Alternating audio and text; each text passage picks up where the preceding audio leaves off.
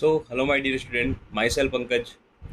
Student, आज अपन बात करेंगे क्लास 10th के chapter first chemical reaction and equation के अंदर टाइप्स ऑफ केमिकल रिएक्शन के बारे में। स्टूडेंट, अभी तक अपन ने इस चैप्टर में केमिकल रिएक्शंस क्या होती है, केमिकल इक्वेशंस क्या होती है और इसके साथ साथ केमिकल इक्वेशन को कैसे लिखा जाता है और केमिकल इक्वेशन को कैसे बैलेंस किया जाता है, उसके बारे में अभी तक जान। तो देखिए student, we have learn in class 9 that during a chemical reaction atoms of one element do not change into those of another element। तो देखिए अपन ने जो क्लास 9th है उसके अंदर देखा था कि केमिकल रिएक्शन के दौरान जो एटम्स होते हैं, जो किसी भी एलिमेंट के जो एटम है वो जनरली क्या नहीं होते, किसी दूसरे एलिमेंट में चेंज नहीं होते।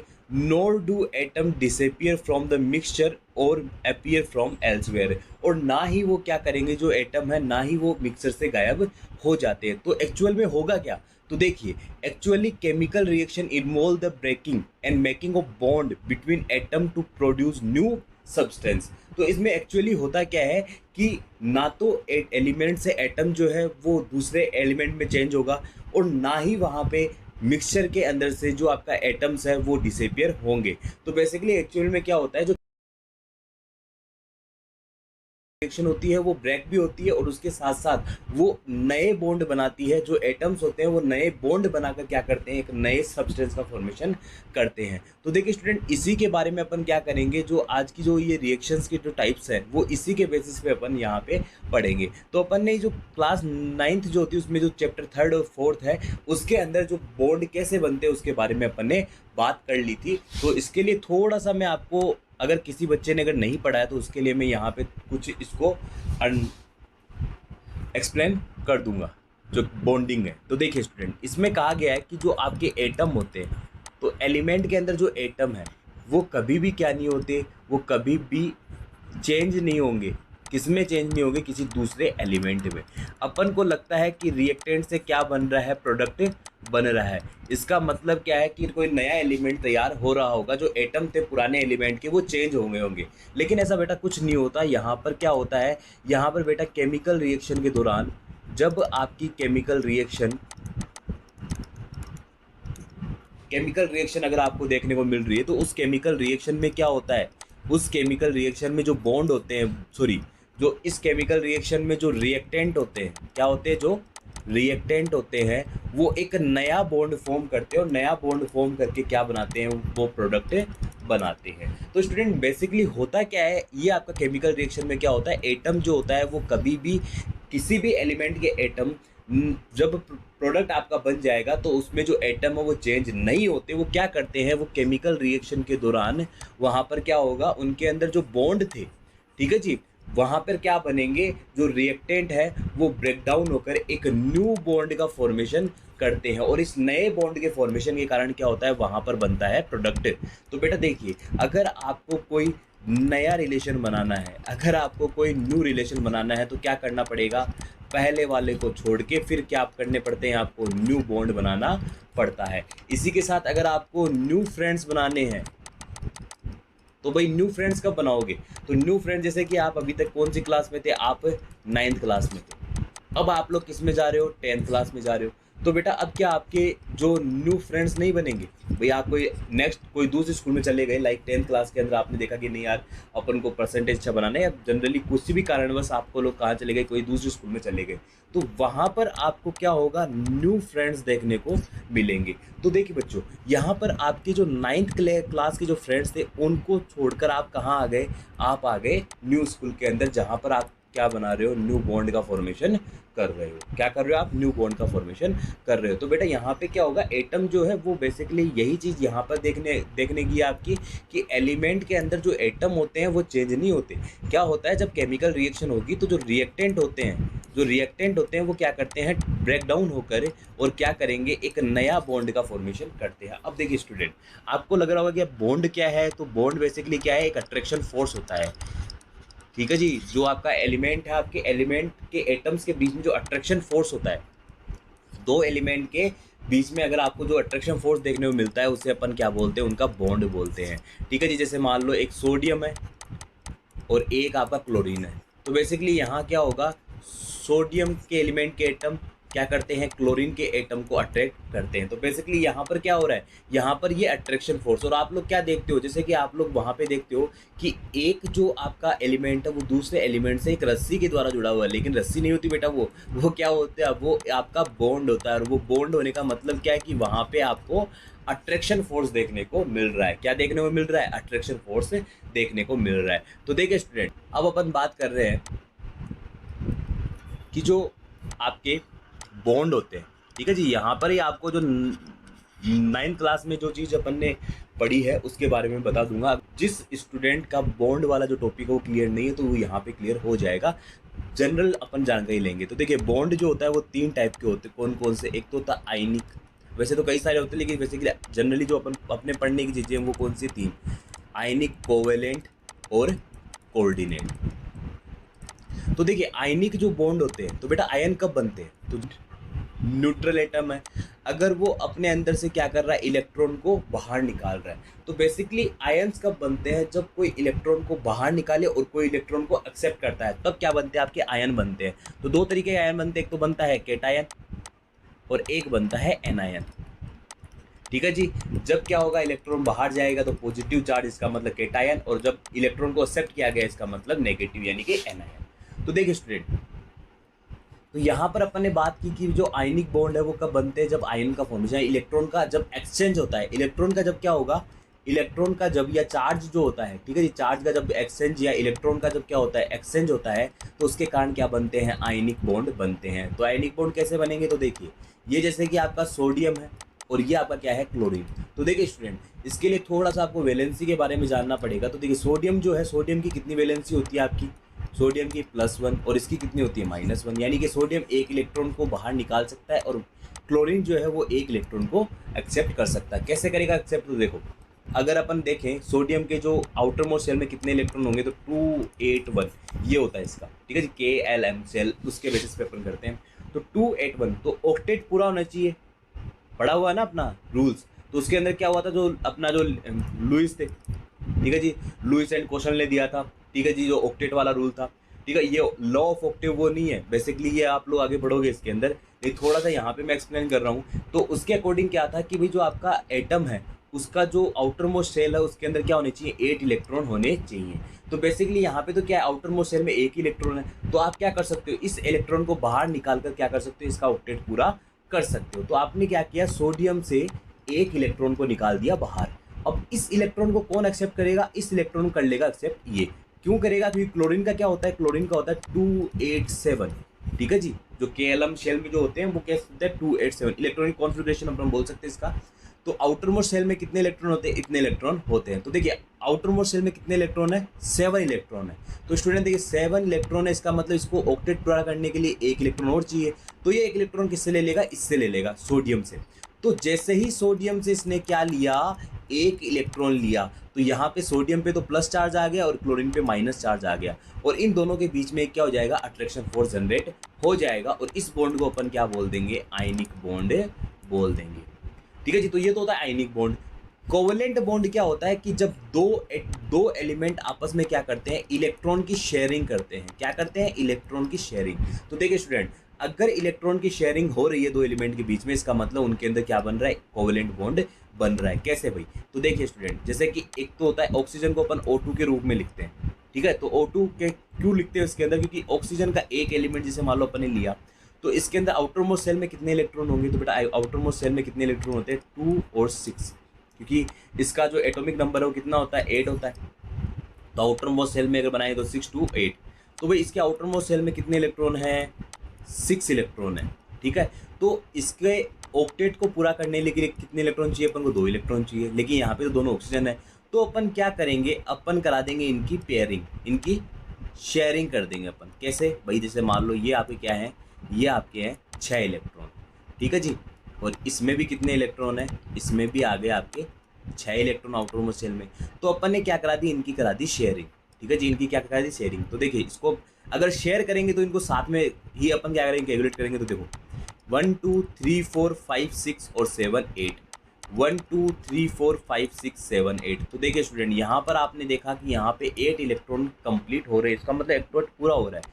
ऑक्टेट कैसे पूरा हुआ कि अपन ने इलेक्ट्रॉन की कर दी शेयरिंग, और शेयरिंग के कारण क्या हो गया, इलेक्ट्रॉन का जो बेसिकली जो आपका इलेक्ट्रॉन के जो नंबर थे या इलेक्ट्रॉन जो आउटरमोस्ट शेल में थे वो कंप्लीट हो गए। इस तरीके से आपका क्या होगा, ऑक्सीजन के अंदर डबल बॉन्ड बनता है। क्यों? क्योंकि यहाँ पे देखिए, यहाँ पे एक इलेक्ट्रॉन, ये एक इलेक्ट्रॉन, तो इनके बीच में अट्रैक्शन फोर्स, तो एक बॉन्ड तो ये बन गया, और इनके बीच में हुआ तो एक बॉन्ड ये बन गया। तो यहाँ पर क्या होता है, ऑक्सीजन ऑक्सीजन के बीच में डबल बॉन्ड क्यों आता है वो भी आज आपको पता चल गया होगा। तो देखिए स्टूडेंट, ये होता है आपका कोवेलेंट बॉन्ड। तो याद रखना बेटा, आयनिक बॉन्ड तो कब बनते हैं, जब इलेक्ट्रॉन एक्सचेंज होंगे।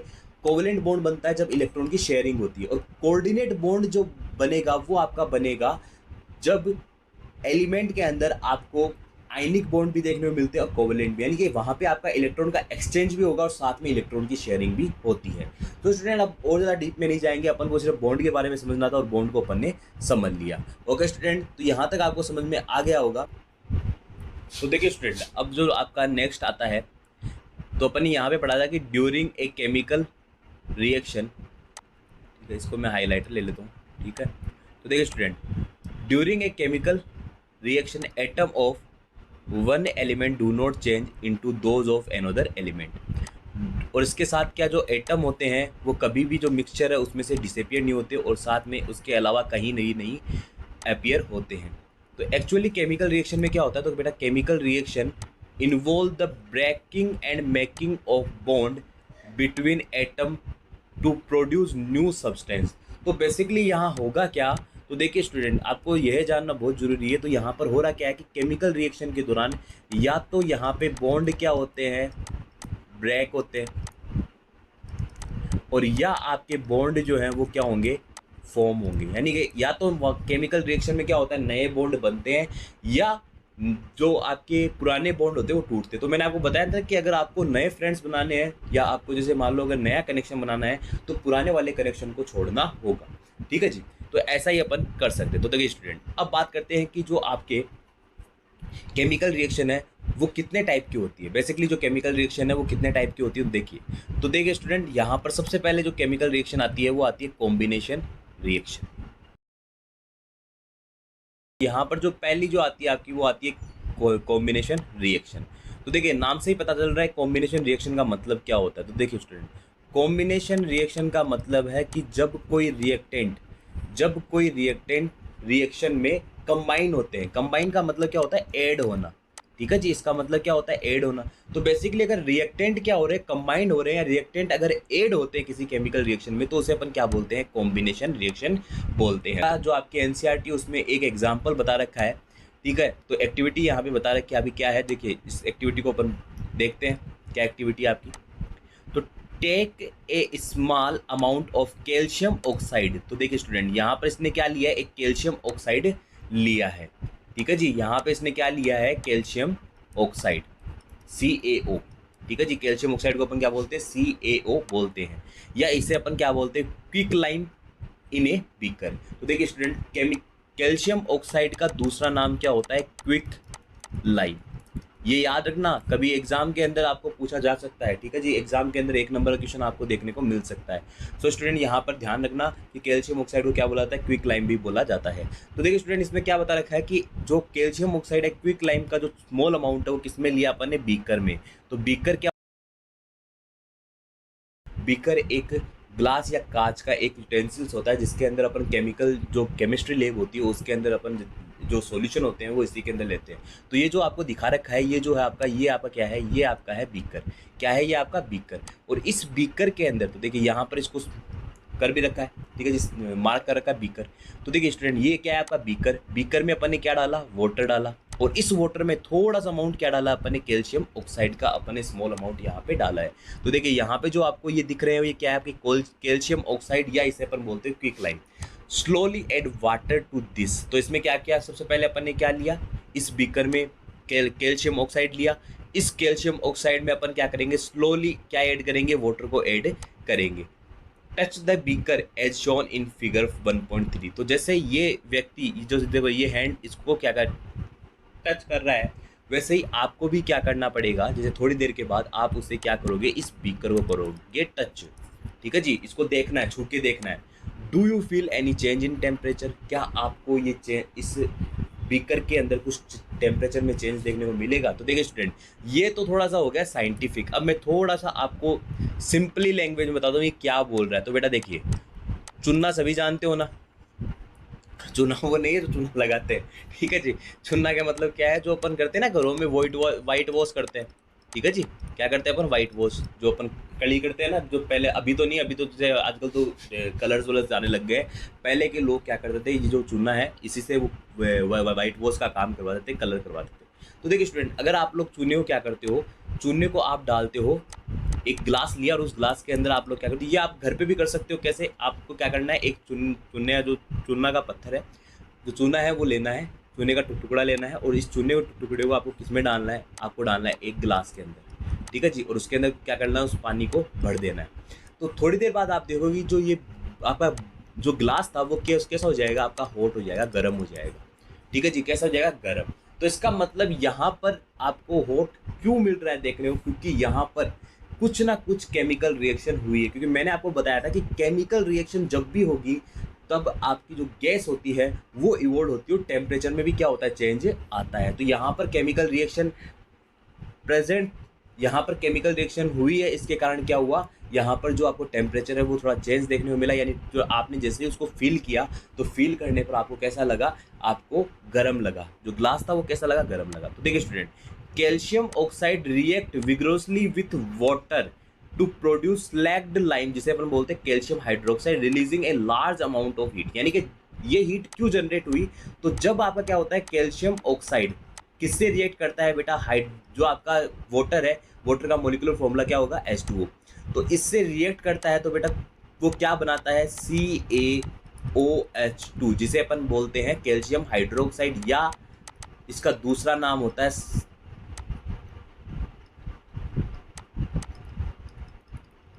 तो बेटा इसका दूसरा नाम क्या होगा, इसका दूसरा नाम होगा स्लैग्ड लाइम। क्या होगा, स्लैग्ड लाइम। तो देखिए, जब भी आपका जब आपका जो कैल्शियम हाइड्रोक्साइड है, ठीक है स्टूडेंट, जो आपका कैल्शियम हाइड्रोक्साइड है वो जब क्या करता है, वाटर से रिएक्ट करता है, किससे रिएक्ट करता है, वाटर से रिएक्ट करता है, तो बेटा क्या बनाता है, स्लैग्ड लाइम बनाता है, या कैल्शियम हाइड्रोक्साइड का फॉर्मेशन करता है, जिसके कारण आपको वहाँ पे लार्ज अमाउंट ऑफ हीट देखने को मिलती है, काफ़ी ज़्यादा मात्रा में हीट जनरेट होती है। इसीलिए वो आपको जो बीकर है वो कैसा लगता है, वो आपको लगता है गर्म, ठीक है जी। तो आपको चूने का पत्थर या कैल्शियम ऑक्साइड को वाटर में डालने पर जो आपका वाटर है वो गर्म क्यों हो जाता है, क्योंकि कैल्शियम ऑक्साइड क्या करता है, कैल्शियम ऑक्साइड है वो किससे रिएक्ट करेगा बेटा, कैल्शियम ऑक्साइड रिएक्ट करता है आपका वाटर से, और वाटर से रिएक्ट कर कर वो क्या करेगा, तो देखिए स्टूडेंट, तो जब कैल्शियम ऑक्साइड क्या करेगा, वाटर से रिएक्ट करता है, तो मेरे बच्चों वो क्या करता है, कैल्शियम हाइड्रोक्साइड का फॉर्मेशन कर देगा। और कैल्शियम हाइड्रोक्साइड बनने के कारण यहाँ पर क्या होती है, हीट जनरेट होती है, और इसे अपन क्या बोलते हैं, कैल्शियम हाइड्रोक्साइड को अपन बोलते हैं स्लैग्ड लाइम। क्या बोलते हैं, स्लैग्ड लाइम। तो देखिए स्टूडेंट, यहाँ पर क्या जो कैल्शियम है वो किससे जाकर कनेक्ट हो गया, वाटर के मॉलिक्यूल से जाकर कनेक्ट हो गया। इसका मतलब यहाँ पर क्या हुआ, यहाँ पर आपको एडिशन देखने को मिला है, यहाँ पर आपको क्या देखने को मिला है, एडिशन देखने को मिला है, ठीक है जी। अब इसके बाद आपका कि ए solution of slagged lime produced by the reaction 1.13, यानी जो अपन ने देखा था कि बीकर में अपन ने क्या डाला, कैल्शियम ऑक्साइड डाला, और कैल्शियम ऑक्साइड डाल के अपन ने क्या किया, जो वाटर है उसके अंदर, वो वाटर उसके अंदर मिक्स किया, और वाटर मिक्स करने के बाद अपन ने क्या देखा कि जो कैल्शियम ऑक्साइड था वो वाटर से रिएक्ट करके क्या बन गया, स्लैग्ड लाइम या कैल्शियम हाइड्रोक्साइड बना लेता है और हीट जनरेट करता है। अब इसको अपन किसके अंदर यूज़ करते हैं, वाइट वॉशिंग के अंदर यूज़ करते हैं। बेटा याद रखना, ये बहुत ही इंपॉर्टेंट है, ठीक है जी, इंपॉर्टेंट क्वेश्चन है कि जो कैल्शियम हाइड्रोक्साइड है उसका यूज़ कहाँ आता है, तो बेटा इसका यूज़ आता है वाइट वॉशिंग के अंदर। किसके अंदर आता है, वाइट वॉशिंग के अंदर। अब याद रखना बेटा कि कैल्शियम हाइड्रोक्साइड को जब आप वॉल पे अप्लाई करते हो तो वो वाइट दिखने क्यों लग जाता है, रीज़न क्या है इसका, तो देखिए student, calcium hydroxide react slowly with the carbon dioxide in air to form a thin layer of calcium carbonate of the walls. यानी कि जब आपका कैल्शियम हाइड्रोक्साइड को आप क्या करते हो, वॉल्स पे अप्लाई करते हो, जो आप करते हो ना, कड़ी करते हो, तब ब्रूस से आप लोग अप्लाई करते हो, तो वो क्या करती है, वो आपकी कार्बन डाइऑक्साइड से रिएक्ट करने लग जाती है। और जब ये कार्बन डाइऑक्साइड से रिएक्ट करती है तो बेटा ये क्या बना लेती है, ये बना लेती है कैल्शियम कार्बोनेट, और साथ में जो वाटर है वो भी यहाँ पर रिलीज होता है। तो बेटा यहाँ पे देखो, यहाँ पे बन गया कैल्शियम कार्बोनेट, और इसी कैल्शियम कार्बोनेट के कारण आपकी जो दीवार होती है या जो वॉल होती है वो कैसी दिखती है, वाइट दिखती है। बेटा कभी भी कैल्शियम हाइड्रोक्साइड के कारण नहीं दिखेगी।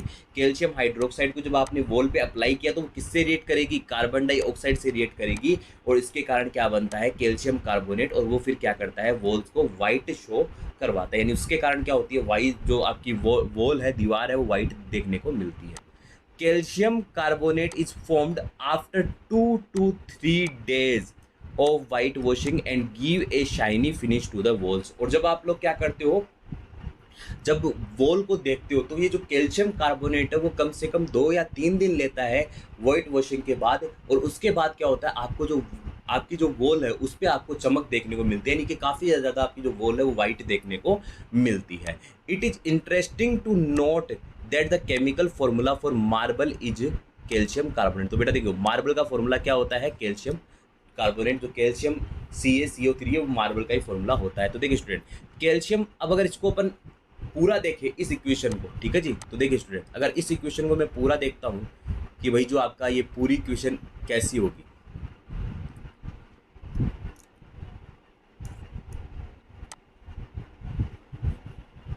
तो देखिए स्टूडेंट, इसको अगर मैं पूरा देखूँ इस इक्वेशन को, तो कैसे इसको अपन करेंगे। तो देखिए स्टूडेंट, अपन ने क्या किया, पहले कैल्शियम ऑक्साइड लिया, उसको किससे रिएक्ट करवा दिया, H2O से। उसके बाद अपन ने क्या किया, उसके बाद अपन ने किया कि भाई जो कैल्शियम ऑक्साइड था वो H2O से रिएक्ट करके क्या बन गया, कैल्शियम हाइड्रो ऑक्साइड, और इसने क्या कर दी, बदले में कर दी हीट जनरेट। अब इसके बाद अपन ने क्या किया, कैल्शियम हाइड्रोक्साइड जो है इसको अपन ने वॉल्स पे अप्लाई कर दिया, जो किससे रिएक्ट कर देगा, CO2 से रिएक्ट कर लेगा। यहाँ पे ये प्लस का निशान है क्योंकि दोनों रिएक्टेंट नहीं है। तो कैल्शियम हाइड्रोक्साइड को अपन ने किससे रिएक्ट करवा दिया, कार्बन डाइऑक्साइड से। तो देखिए स्टूडेंट, अब जैसे ही इसको कार्बन डाइऑक्साइड से रिएक्ट करवाएंगे अपन, तो क्या होगा, ये जो कैल्शियम हाइड्रोक्साइड है वो कार्बन डाइऑक्साइड से रिएक्ट करके क्या बना देगा, CaCO3 प्लस H2O बना देगा। और यहाँ पे जो CaCO3 है इसे ही अपन क्या बोलते हैं, कैल्शियम कार्बोनेट बोलते हैं। और इसी के कारण आपकी जो वॉल है वो कैसी दिखाई देती है, वाइट दिखाई देती है। सो स्टूडेंट, ये आपको अच्छे से क्लियर हो गया।